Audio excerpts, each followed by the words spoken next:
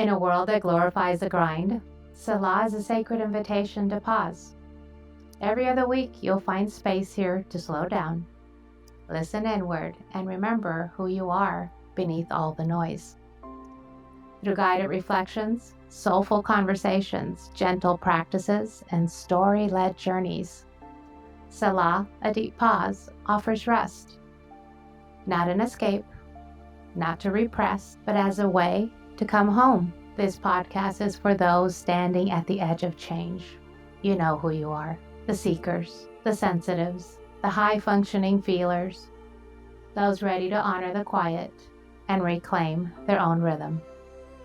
So come as you are and exhale. Then exhale again and stay for the stillness. And welcome back to Selah, a deep pause. Krissi, how you doing? I'm good. I am good. Laura, how about yourself? I just had the most magical Mother's Day weekend. It was really life-giving. I would say it was one for the books. I love that. Yes, I had a nice Mother's Day weekend as well with my son who just graduated college. And so we were able to spend a little bit of time together with my kids. So that's amazing. Mm-hmm. All right, well, let's jump into it. So, Laura, we've talked about the power of pausing. But today I want to get into something a little bit more visceral words, the way our bodies hold our stories, the unspoken truths, the memories, the whisper that sometimes becomes shouts when ignored. So when you look back, do you remember how your body was trying to talk to you? Well, what's really funny is I actually wasn't aware of what was being communicated to me. I now reflect back and see that my body was screaming. I mean, I suffered with severe chronic back pain for 12 years. It just got louder, louder, and louder. We're not told that sometimes the discomfort, things that rises up in your body, the way our body's trying to just go, come on, I've got something for you to see, for you to feel. We're not taught to look at it.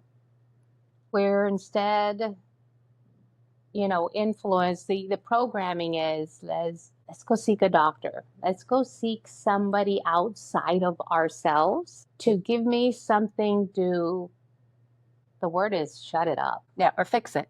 I gotta go fix it. I have to go fix it. Exactly. So I literally spent 12 years dealing with a back pain that went from whispers and went from discomforts, and that just kept progressing because I didn't realize it was actually talking to me. And I don't know that I would have known any of this until I started doing this work. Unfortunately for me, it required it screaming.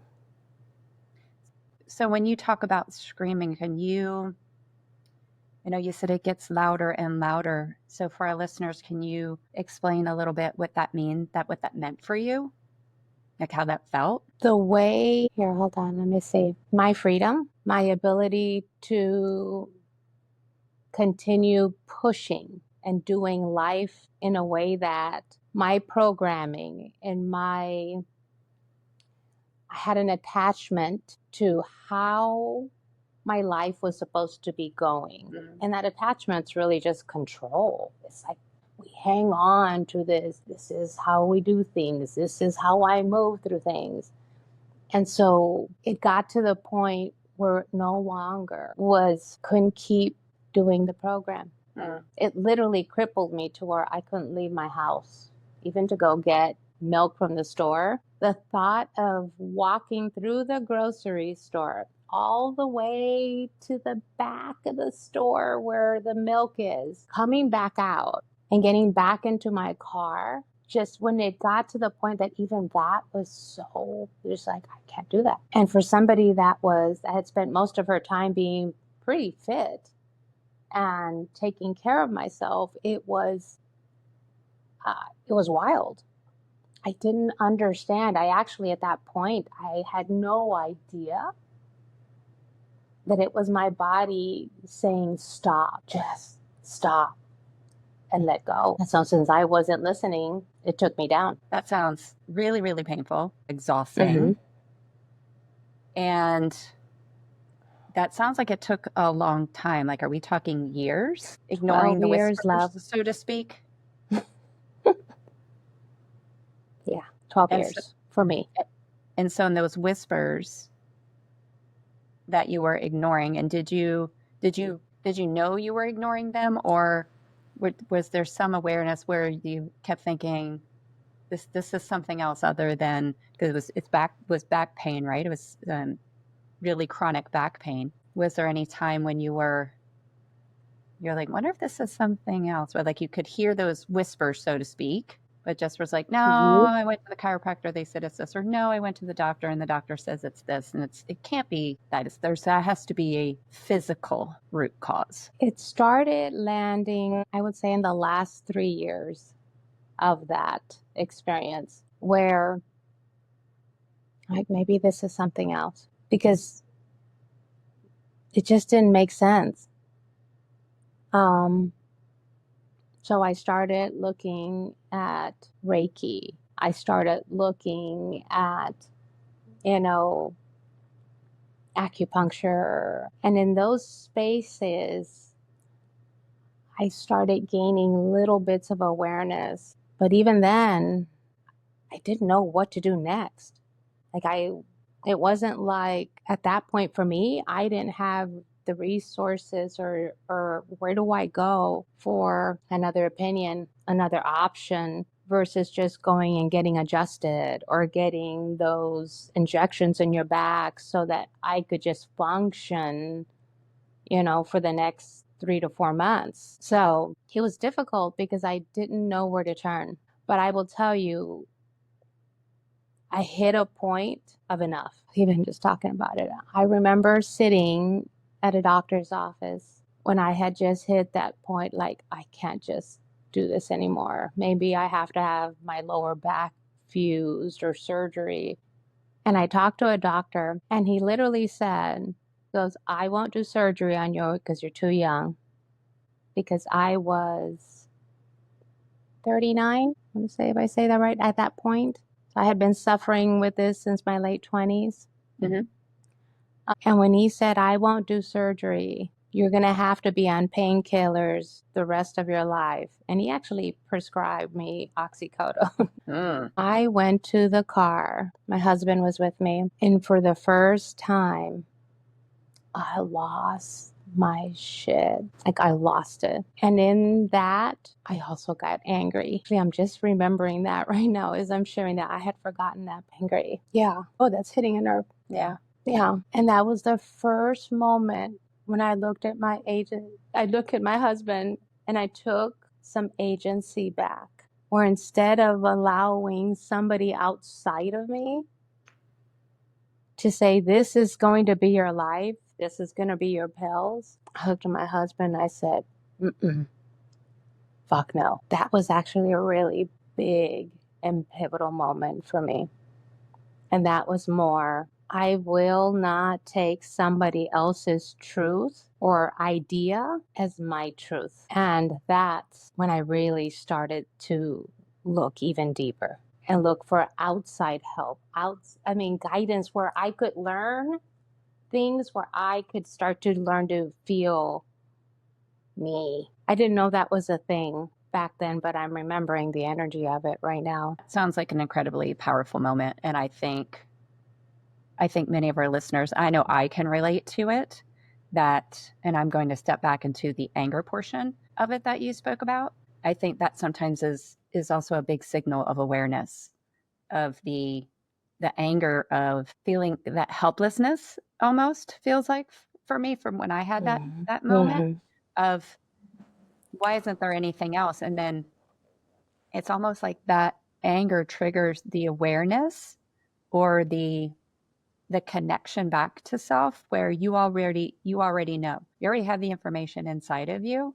You just needed to get mad enough at it or upset enough at it, or not to almost, it was almost like an unlocking of knowledge for you then to be able to hopefully listen to moving into the future, where you just keep being curious about that. So let's talk about listening, right? Because it's very easy to have gotten into the car, gone to the pharmacy, filled your prescription, and then just move into that cycle of pain management, right? Because that's what you were heading towards if you listen to your doctor.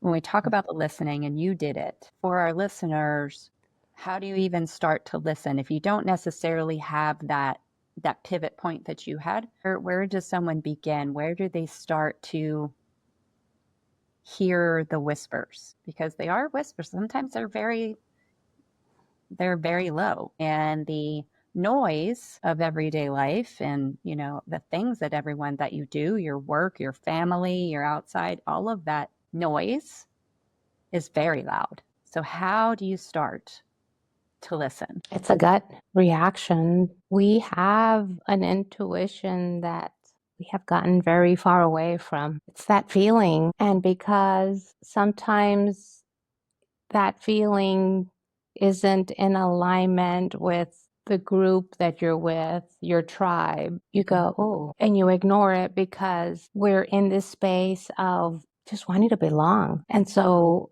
speaking up or questioning what you are feeling is scary. I will tell you, for me, when I look back, there's so many moments where it's like, well, what do I know? And now when I reflect on these stories, actually, it's like, holy cow. Had I not just said, I am not going to listen to this doctor and I'm going to allow myself, it's like allow myself to feel that anger, that like, this isn't right. It's that opening. This work, the only way you can continue evolving is just that we have this awareness. Can we actually go, okay, I see it, I feel it, and go into the acknowledging, which is like, oh, I don't like what I'm saying and feeling, and then go, oh, but this is where I'm at. And then that's the feeling of acceptance. Yeah, I'm here. So now why? Why am I here? And then that comes the energy of just allowing information and more guidance to come in. And sometimes that even happens like you and I. We have a conversation, we bring up things that are rising up within us, and we get to sit in that feeling and notice. It's a whole process. And I think it's also we talked about the awareness, and then acknowledging that it's happening without the judgment piece, Mm-hmm. right? Because I believe, if we think about how I'll say I've raised my children, or I remember many instances, as soon as they start to cry, if they have a fit or if they get mad, how do we bring that back down, right? We want to fix it instead of allowing them to move through the anger, the sadness, whatever it is. When they're happy, we allow them to move through that. But when there's feelings that are quote unquote negative, even though they're just feelings, they just are, we try to bring it down. And so I think, and maybe you can talk a little bit to that internal judgment that we have as soon as we get mad, or as soon as we even get sad, where it's, I just need to be better. I need to feel better. So can you talk through the how do you step through that and work with that judgment that seems to want to flare up immediately if we start having, again, I'm just going to call it negative emotions? Yeah, that's control.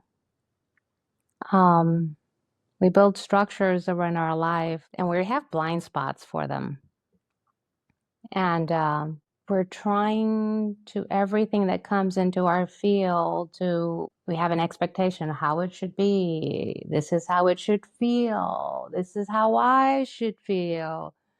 And then what happens is when it's not that way, we immediately label it as failure. And it's not. We don't know that when these emotions and these feelings, these things that are coming up, it's actually a really, really sacred process. I think it's so sacred. So if you're not sure how to connect with it, this is where communities come in.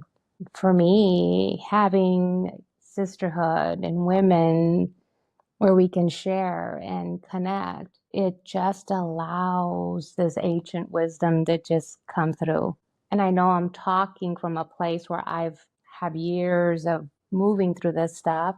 I didn't know what was happening. The only thing I knew is that when I listened and I had these emotion shifts were happening, my body responded differently. And it's wild for me to even, like when I'm telling this story, I feel like I'm telling somebody else's story because I'm pain free today, but I listen now. But God, it took a long time because not doing the things that were expected of me made me feel like I was failing, but it was literally taking me down. My body was breaking down. That's awesome. I think what I heard you say, just to sum it up a little bit, is there's the awareness, right? Then there's the Mm-hmm. acknowledgement of what's going on without judgment, and then the acceptance and just allowing the truth to be what it is. And it becomes more of a process of allowing rather than controlling. Correct. That's amazing. Such good stuff, Laura. Such good stuff. So, with everything we've just been talking about, I'd like to invite you guys to just take a deep breath, put your hand in your heart, shut your list maker down for a little bit. And can you tune in to where your body has been whispering, the little electrical shocks that you sometimes get in your body, the little twitching pain. What's it trying to say? It's all trying to tell you something. And ask, what are you trying to tell me? What am I ignoring? Hey, and I know that I'm asking you to do something that seems foreign, but it's only because it's not something that we're used to paying attention to. So it's never, when's the best time? But now. Thanks for that, Laura. That is such a good, I use that tool quite a bit. Especially for me, I like to do it when I'm feeling frustrated. Sometimes when I'm feeling frustrated, I know that I'm out of alignment somewhere, and taking that pause, right, to just ask and sit and listen, because that's a key component of that. Because in our crazy world, it's, even right now, it's I can go right online and I can get an answer, ask a question, get an answer, ask a question, get an answer. Our bodies, especially if we haven't been listening, are much slower to respond. And so using that tool that you just gave us of just taking a moment, putting your hand on your heart or your stomach and breathing in and asking that question is very powerful. And especially if you allow yourself some time to sit and patiently wait for something to come up. So that's amazing. So, Laura, I'd like to talk about something else we've touched on. I like to call it the sacred unraveling. And we're taught to see falling apart as failure, as a weakness. But I believe, and I think you do too, that it's something a little bit more sacred. So what if it's actually the beginning of something new? Can you talk to that? Yeah. What are we afraid of? Why do we keep hanging on? Just let go. It's like a part of us that's trying to come through, but because it feels unfamiliar, because it feels unknown, it makes me think about how many women we've met, right? And we've met them at that moment of, I don't know who I am. They've been doing the program and they're hitting that moment and they're trying to hold on to what they know, because if they let go, they feel like it would be a failure. But it's something so sacred that's trying to break through and it's trying to reshape you. But we get so scared to let go. And I get it. Career girl. Career girl knew how to move through the world a very specific way. But boy, that wasn't who I really am to be doing this next part or next phase of my life. We're here to evolve. We're here to grow, not keep replaying the same pattern over and over and over again. Fully agree with that. Those patterns, I believe that's what keeps us locked down, right? And that fear of almost losing ourselves. But just like you just said, it's not necessarily our true self. It is the version that we've chosen to show up in the world for me, I will say to please everyone else, not necessarily Yep. to please ourselves. So, how do you normalize that? So, how do you embrace the unraveling without the fear or shame, or I guess to move through the fear and or the shame? Find others that are doing the same. When you start seeking, you literally will find a tribe of people that are in the same place. And you've seen it happen. Mhm. It's just magic. I have a new friend who literally was in that space. She wasn't my friend at the moment. She was in a coffee shop. And I remember getting up and walking out. I was walking straight to the door. The door was over here. She was sitting over there. My eyes looked at her, and it was like she lassoed me in. I could not walk to the door. I literally walked right at her. Stranger, grabbed a chair, put it in front of her, and sat down. And by the time I sat down, she was bawling. She could feel the energy. I could feel the energy. And her words were really, I feel lost. So I've seen how this works. And the more you let go and trust, things show up. The people show up. I can't even explain the stuff that continues to happen, but just let go. That's amazing. And I love that story. And I think it might be something we may want to revisit in another episode, because I think it is fascinating how you begin to, as you allow the unraveling, how you begin to attract those that'll support you in the new construction of yourself. Yeah. I love that. So, Laura, Yeah. we are almost at the end. I want to see if there's anything that you want to leave our listeners with today. So,